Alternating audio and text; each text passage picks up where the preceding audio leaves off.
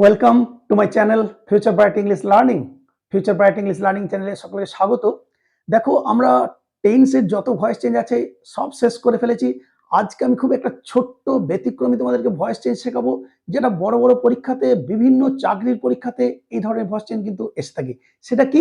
ওই himself, my self, our self, them self, self, my self, himself এইসব যদি দিয়ে থাকে তাহলে কিভাবে ভয়েস চেঞ্জ করবে, অর্থাৎ রিফ্লেক্সিভ যে অবজেক্টগুলো থাকে সেগুলো দিয়ে যদি তোমাকে ভয়েস চেঞ্জ করতে দেওয়া থাকে তাহলে তুমি কি করবে। অর্থাৎ এই ধরো মাই সেলফ, আমি লিখে দিই, দু একটা লিখে দিচ্ছি, মাই সেলফ বা হিমসেলফ, হিমসেলফ বা হার সেলফ, আরো আছে তোমরা জানো আওয়ার সেলফস, দেম সেলফস, এগুলো সব আছে। তো এই সেলফ দিয়ে থাকলে তোমরা যদি অ্যাক্টিভ ভয়েসে থাকে অবজেক্ট হিসেবে, সেগুলোকে তোমরা কিভাবে ভয়েস চেঞ্জ করবে খুব তাড়াতাড়ি শিখে নাও। যেমন দেখো, দ্য ম্যান, আমি লিখলাম দ্য ম্যান কিল্ড হিমসেলফ। দেখো তো, দ্য ম্যান কিল্ড হিমসেলফ, লোকটা নিজেকেই শেষ করেছিল বা হত্যা করেছিল। The man killed himself. এখন এই যে এটাকে বলা হয় রিফ্লেক্সিভ অবজেক্ট।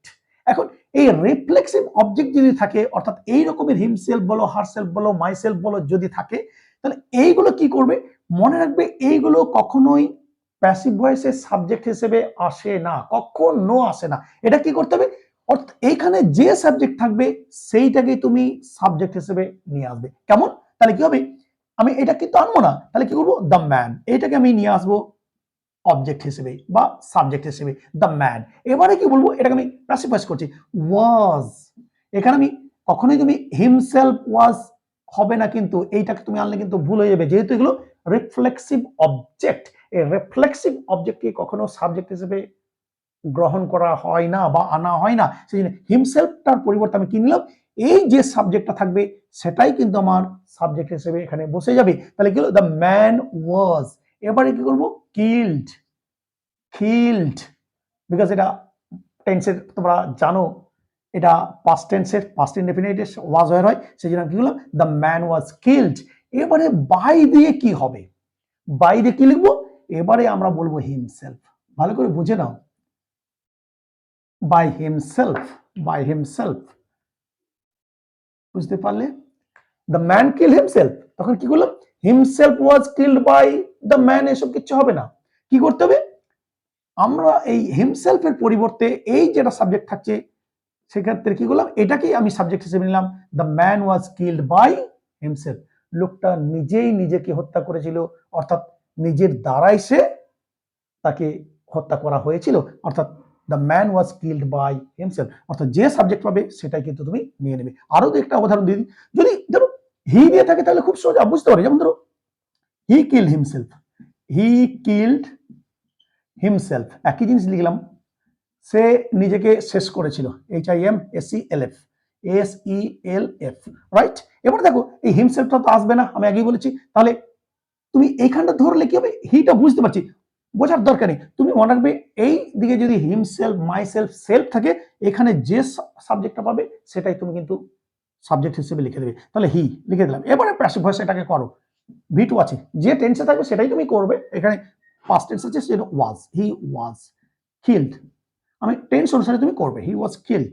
এবারে কি হবে, বাই, এবারে এটা লেখো, হিমসেলফ, সে নিজেই নিজেকে হত্যা করেছিল, হি ওয়াজ কিল্ড বাই হিমসেলফ, নিজেই নিজেকে হত্যা করা হয়েছিল। সেই জন্য আমি কি করলাম, দেখো এই হিমসেলফটা না এনে himself was killed by himself এরকম হবে না, কিন্তু আমি কি করলাম, এই হিটাকে সাবজেক্ট হিসেবে নিয়ে নিলাম, তারপরে এটাকে করলাম হি ওয়াজ কিল্ড, এবারে বাই হিমসেলফ, হিমসেলফকে রাখতে হবে, সেটা বাই দিয়ে কিন্তু হয়ে যাবে, হি ওয়াজ কিল্ড বাই হিমসেলফ।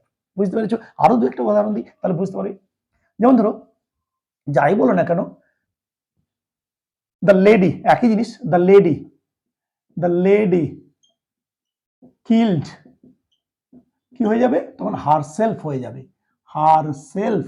তাহলে এটা কি করবে, the lady kill her self, আমি হ্যাঁ কি করবো, হার সেলফটা এদিকে আসবে না, আমার কি আছে, দ্য লেডি, আমি লিখে দেবো দ্য লেডিটাকে নিয়ে আসবো, the lady, V2 past tense, তাহলে ওয়াজ ওয়ার, দ্য লেডি ওয়াজ, এবারে কিল্ড, করে দিলাম বাই হারসেলফ। বোঝা যাচ্ছে? খুব সহজ জিনিস, কিন্তু বুঝতে হবে, খুব ভালো করে একটু বুঝে নাও। এই হারসেলফ, হিমসেলফ, মাইসেলফ এরকম থাকবে। আবার যদি সি দিয়ে থাকে তাহলে তো আরো একটু সোজা হবে, সি কিল্ড হারসেলফ। একই জিনিস, আমি এখানে নাউন দিয়ে লিখেছি, এখানে সি প্রোনাউন দিয়ে লিখেছি। তাহলে দেখো, সি কিল্ড হারসেলফ, সে নিজেই নিজেকে হত্যা করেছিল। তাহলে আমার হারসেলফ আসবে না, আমি এটাকেই লিখতে বলেছি, she was killed by herself. বুঝতে পারছো? খুব সহজ জিনিস, প্রচন্ড সহজ জিনিস। আর একটা মাইসেলফ দিয়ে দেখিয়ে দিই, যেমন ধরো একটা মাইসেলফ দিয়ে দেখাই, আই আপডেটেড মাইসেলফ। এই দেখো, মাইসেলফ, আমি নিজেই নিজেকে আপডেট করেছিলাম। তাহলে আমার সাবজেক্ট এটাই লিখুন, আই ওয়াজ আপডেটেড, কি হবে, বাই মাইসেলফ। বুঝতে পারছো?